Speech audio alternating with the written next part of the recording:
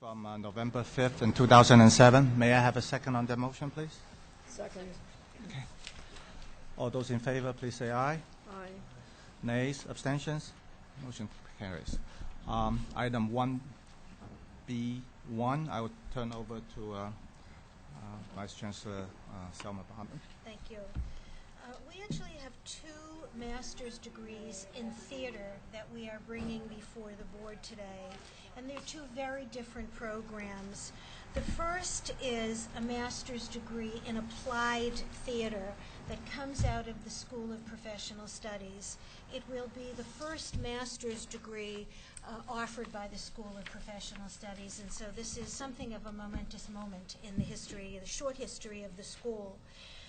This program is unique at CUNY, and it represents a relatively new but fast-growing field in the United States. It's already established in Europe, Australia, and Canada. The curriculum of this program will equip graduates to work in a variety of settings.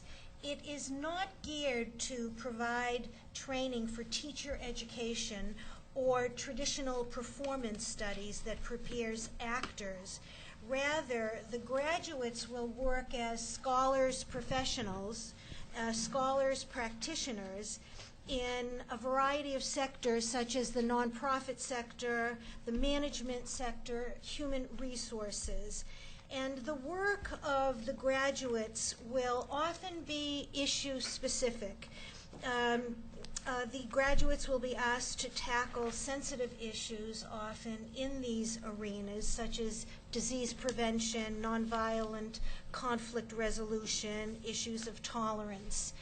The program, which is associated with the CUNY Creative Arts team, is very much, I think, a vanguard program for the university.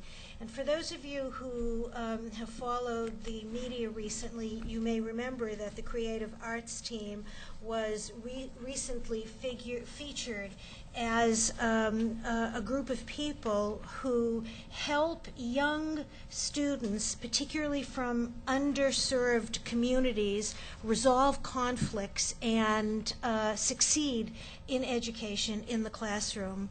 So we have a group of very exciting faculty who will be teaching in this program, and a program that is very new for CUNY and is in the vanguard of American higher education.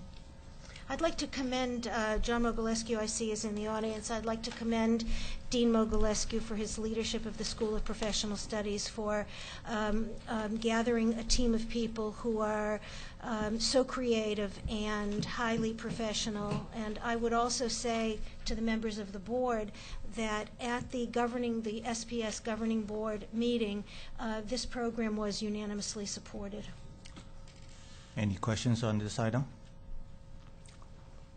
If not, then shall we call the question? Please. Okay. May I have a motion to approve this item? So moved. Seconded? Second. All those in favor? Please say aye. Nays? Abstentions? Carry unanimously. Item 1B2, City College. In contrast to the previous proposal, which was new and different, the program that you have in front of you is a classical teacher education program from City College, leading to certification as a K-12 classroom teacher. Recently, the New York State Education Department restored certification for educational theater. And so as a result, there is a growing demand for certified theater instructors in all grades in New York City public schools. City College is stepping up and providing the educational and training program necessary for these new teachers. Those people who study the role of theater agree that theater often helps children in a whole variety of ways, helping them develop literacy skills, encouraging them to think anew about existing questions, helping them to problem solve, and indeed to think creatively. So we are in support of this program because we think the city needs it, the state needs it, and it's valuable for children. The program will provide graduates with training and knowledge and skills that will allow them to walk right into the classroom as professional theater teachers. But in addition, it will also give them the background to become theater resource personnel as well, which means that they may decide to work in the theater or in an arts institution directly. Again, questions? Professor Becky? A comment and then a question. Reading the proposal, I was very pleased to see that there are still some things in the high schools that do not go directly into test prep. It's nice to see the arts. But there was also some confusion about the governance approval.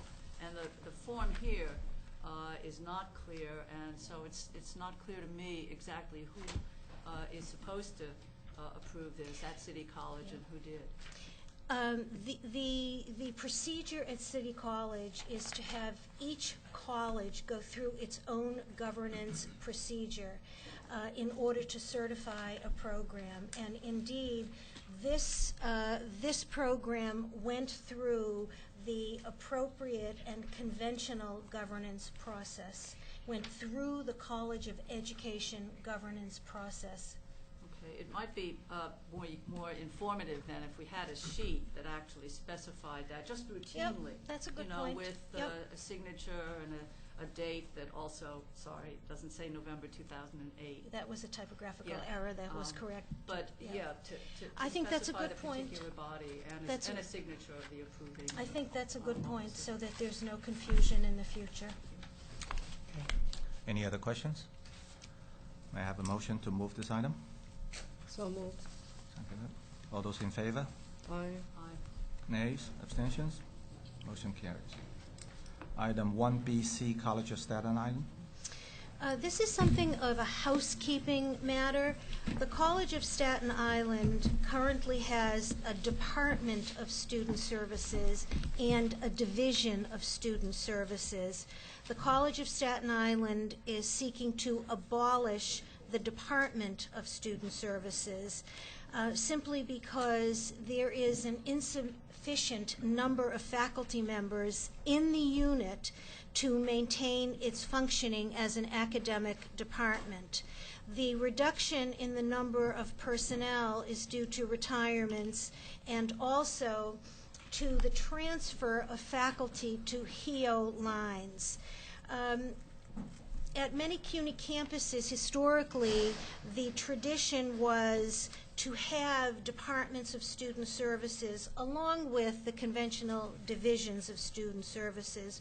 Over time, most of the campuses, in fact, have jettisoned that model, have closed down the departments and maintained only the divisions. They have counselors on HEO lines, not faculty with faculty appointments, advising students, running student orientations, and so on. So with the closure of this department, there were only 2 full-timers left, one of whom is being transferred to the Department of Sociology, and the other is the Vice President of Student Affairs, who holds a faculty position and is not affected by this. So the college seeks to come into line with other CUNY campuses in this regard. The Division of Student Services remains unchanged. Question? Just, I wanted to be reassured that the function of student service and especially of counseling, which I don't think is adequately staffed at CUNY right now, just thinking about colleges that I know, including my own, is not going to be impacted negatively by this. I can absolutely assure you, I work closely with Vice Chancellor Gary Moore on this very issue of counseling. We have sought to increase the number of counselors at CUNY. I can tell you that President Morales, who's here today, who has both an academic and a student affairs background, knows better than most of us the importance of counselors on the college, and retention and graduation. Indeed, student success is largely connected to the kind of counseling and advising students have, and so they will not be compromised in this at all. This is really in keeping with what other campuses do. Thank you. Okay, any other questions? May I have a motion to approve this item? So moved. Seconded. All those in favor? Aye. All those in favor? Nays? Abstentions? Okay, unanimous. Information items, item 1C. The first information item comes from the CUNY Law School, and it is to create the Center for Diversity in the Legal Profession. The proposed center will provide educational and community outreach services in order to promote participation of minorities in the legal profession. I think it's contrary to what most people expect, but the legal profession remains less racially diverse than many other professions in the United States. In fact, according to the 2000 census, United States Census, attorneys of color represented less than 10% of all attorneys in the country, compared to almost 21% among accountants and auditors, almost 25% among physicians and surgeons, and 18% amongst college and university teachers. So the center really is trying to step in and do this kind of outreach that could promote awareness. The center will host conferences, conduct research, and publish the results of its findings in the work it does. It will prepare educational materials for the larger community, and also will partner with other CUNY entities, for example, the Black Male Initiative. The funding that is needed for the creation of this center is modest. It involves only the cost of faculty release time and a part-time administrator. External funds are expected to be raised in order to support this center, and this is very consistent with the mission of the CUNY Law School. So I'm presenting it as an information item only. The second information item comes from the Graduate School and the University Center. And this is a very nice piece of news.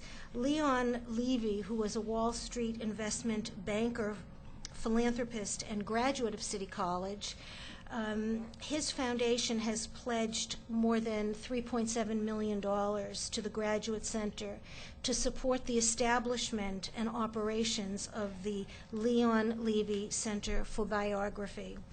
The center will extend over a 4-year period, after which time the agreement between the Graduate Center and the foundation may be extended and renewed. The center will fund research and writing of several biographies every year. It will bring together scholars from different disciplines and provide a forum for the public to appreciate critical issues in a variety of biographical narratives. And it will organize conferences, seminars for graduate students, and public events for the community. The Leon Levy Center for Biography will be hosted by the Center for Humanities, so it will have the partnership of renowned scholars like David Nassau. So this is very nice, and congratulations to the president of the Graduate Center. Sounds very exciting. Who's here and who's doing a fabulous job raising money for academic purposes. So thank you. Data presentation? So several meetings ago, we had said that we would update the trustees on some enrollment data, and I thought I would just take this opportunity, since we had something of a short agenda, to talk a little bit about our students and to look at our student enrollment over a period of years, to give you a sense of the remarkable work that is taking place on our campuses and in the central office of the university. The first thing to say is that our enrollment has topped 231,000 students this fall. That is an 18% increase since 1999. More than 2/3 of our first-time freshmen come from New York City public schools. Another 12% come from New York City private schools, including parochial schools. 10% of associate students and 14% of our baccalaureate students are in this category. About 89% of the baccalaureate students and as many as 96% of the associate level students are from New York City. These are the composition of the whole class. Our baccalaureate campuses draw about 8% of their students from the suburbs, Nassau, Suffolk, and Westchester counties. And so our students are largely coming from New York City public schools, but over time we are reaching out more and more successfully to suburban students, and I think the message of CUNY is traveling beyond the city itself. What I think is really remarkable is the level of academic preparation our students present.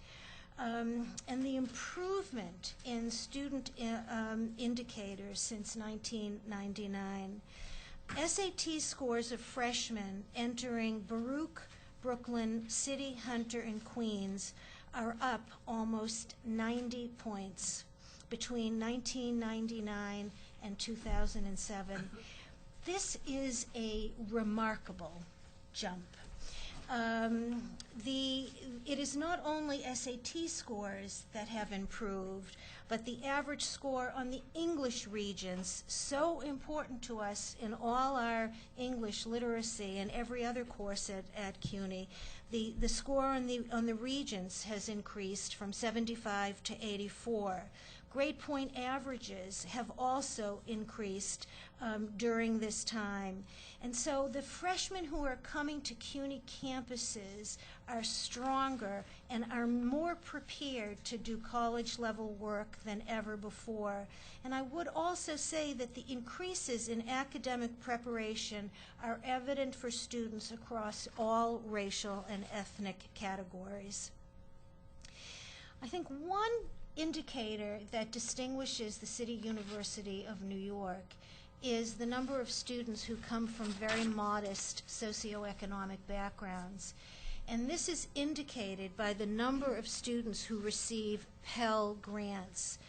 58% of our college students receive federal financial assistance, and that's primarily federal grants. Federal Pell Grants, and Pell Grants are given to students whose family income is under $35,000 a year. So you can see that most of our students come from very modest backgrounds. In comparison, 39% of SUNY community college students receive federal financial aid. I was talking about CUNY community colleges just a moment ago. In comparison, 39% of SUNY community colleges receive federal financial aid. So our students really do represent a more modest picture than our colleagues in the SUNY system. And this is, in our comparison with comparable community college systems, whether it's in Florida or Texas or California, is quite remarkable. The percentage of students with Pell Grants is much higher at